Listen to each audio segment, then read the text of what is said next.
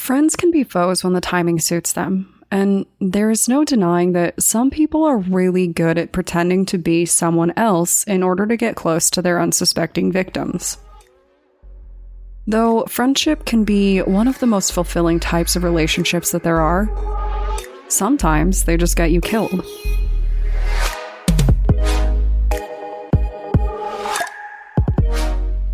My name is Brienne, and I'm the host and creator of Among the Dirt and Trees, a show where we explore true crime cases that occur out in nature. This is part 2 discussing the murder of Madame Mertens, a widow who met the wrong person at the wrong time and paid the ultimate price. If you haven't heard part 1, head over and check that out first.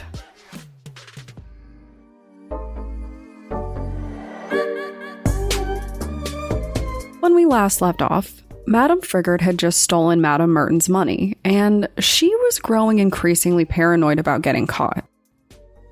She needed more money for her big investment, and she had no plans of going to prison. So, naturally, she decided to cover up her crime with another crime so she wouldn't get caught.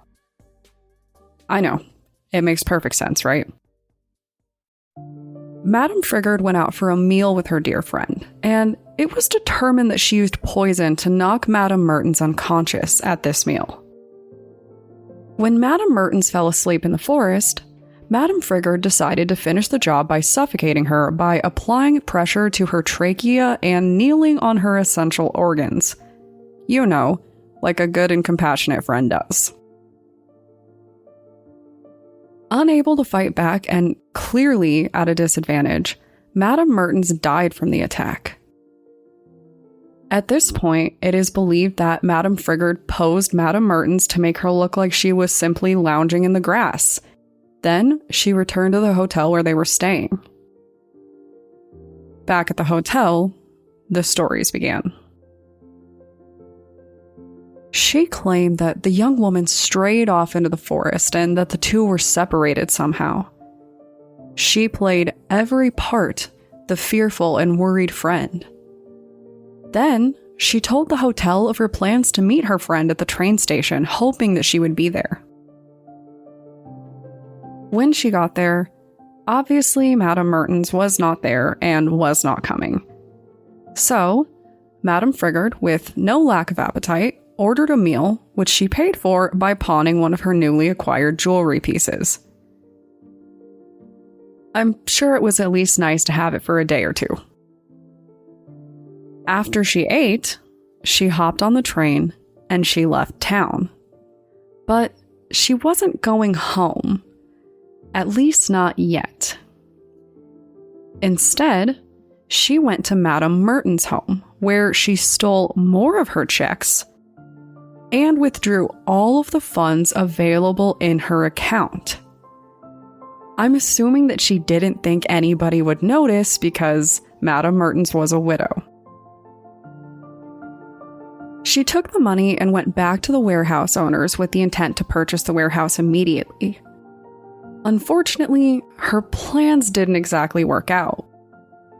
By this time, Madame Mertens' body was already found, and police grew suspicious about this new turn of events. As they asked around, their suspicion only grew. Some of the local people commented that Madame Mertens seemed to get sleepy and sick nearly every time the two of them went to dinner. So, that's a little odd, obviously. This was how they determined that Madame Mertens was in fact being drugged, and they almost immediately found evidence of arsenic in Madame Frigard's possession. This is where the court proceedings and the true chaos really came out. At this point, they decided that it was Madame Frigard. But there was something kind of hilarious and unusual about this, and while I'm sure it was largely a matter of court rhetoric from lawyers and probably some old-timey sexism, there was this deep focus on the attractiveness of these two women. And it actually does kind of play a role in the story. See, the general belief was that Madame Mertens was absolutely stunning, and being a widow, she was the closest thing to a free agent that you could be at the time as a woman. Story said that she captured the attention of countless men and was known to keep several lovers. Madame Frigard, on the other hand, was basically described like an awful old hag. They really dragged her and used this narrative to basically show that Madame Mertens' death was a case of anger, jealousy, and resentment. It was very Snow White. I mean, come on, Madame Frigard was 35, so basically a walking corpse in the 1800s. Here was this spiteful older woman vengefully killing and robbing a young beauty. Obviously, she really was a murderer, but the stories around it were just kind of dramatic and funny. So that's what they said, and maybe that's where Madame Frigard got the idea for her story. She claimed that she knew who killed Madame Mertens, a man that she referred to as Williams. At this point, it's important to note that there was never any trace of any Williams, but Madame Frigard was insistent that he was real. She claimed that the two women were set to meet up with Williams, who was one of Mertens' many lovers. When the three of them got together, she realized that they were lovers and politely excused herself from the situation. While I'm sure most of us would appreciate being given alone time with a special someone, it certainly seems a bit convenient that this Williams was left alone with the vulnerable young Madame Mertens. But maybe it was a crime of passion. Maybe Mertens was killed as a result of a lover's quarrel. Maybe Williams only developed an interest after Madame Frigard was heard ranting about her friend's considerable wealth. You're probably not buying this, right? Well, the courts didn't either. They found Madame Frigard guilty of the murder, and at this point, she really just went wild with her stories. Upon learning that no one bought her tale, she doubled down. She shared more facts about the supposed relationship, and they were not flattering. She declared that Williams wasn't only Mertens' lover. According to Madame Frigard, Williams was also her lover, and he actually liked her a lot more than he liked Mertens. The two desperately wanted to be together, so Madame Frigard decided to give her friend a drug to sleep so they could elope. They feared that Madame Mertens would be unbelievably upset if she were to find out the truth about their companionship, so they decided to go with a plan to drug her and then run. Totally normal, right? I'm not an expert on French marriage laws in the 1800s, but I have to assume that this would have been a problem considering she was already married and had a family back home that she was sending money to. But maybe that was allowed in this area. Or maybe she just wanted to prove that Williams was more attracted to her than Mertens because she was sick of it being brought up in the court case.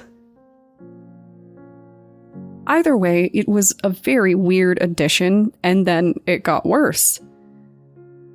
She said they weren't just eloping and in love. She was actually pregnant with his baby. Again, at this point, she was already found guilty. There was no reason to keep going, but she couldn't stop. She insisted and never once admitted to killing her friend. At least not intentionally. But there was more to the story. It turns out that Madame Frigard actually was pregnant with a baby. We don't know whose baby. It might be a stranger. It might be her husband's. It might even be the child of a mysterious man called Williams. But nobody cared. And as it turns out, Madame Frigard didn't care either.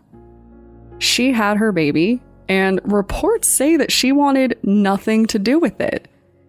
She had the baby and didn't even want to see it.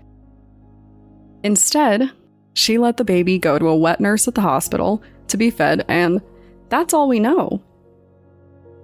Interesting enough, we don't actually know where she ended up or what the final outcome was for her crimes, just that she was found guilty. Things were different back then, and a woman committing a murder wasn't exactly normal. And this is kind of something that carries over in society today, this belief. The numbers show that men kill a lot more people, but some people wonder how true that really is. A lot of people believe that there are a lot of female serial killers hidden in the medical field, and that they're like secret black widows preying on people using drugs and targeting vulnerable people who can't fight back. When it comes down to it, there is no sex or gender linked to murder. Anyone can be a killer, and sometimes you don't know how dangerous a person can be until it's too late. It's a good reminder to always be wary of new friends, especially the ones that want to be best friends a little too quickly. Sometimes, they really just don't have your best interests at heart. So, if you want to discuss your worst friends growing up, secret women serial killers, or the dangers that come with strangers, contact me on Twitter or Instagram using the tag @datpod. Thanks, guys.